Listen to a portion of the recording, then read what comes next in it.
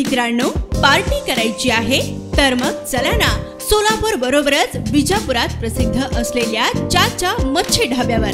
चाचा मच्छी ढाबा, विजापूर रोड, टाकळी, सोलापूर। संपर्क 9765 कुत्रा माणसाला चावतो आणि विविध प्राणी आणि कीटक देखील माणसाला किंवा इतर प्राण्यांना चावतात, परंतु माणसाला माणूस चावतो अशा घटना क्वचितच ऐकावयास आणि पाहावयास मिळतात। सोलापुरात देखील एक अशीच घटना घडली आहे।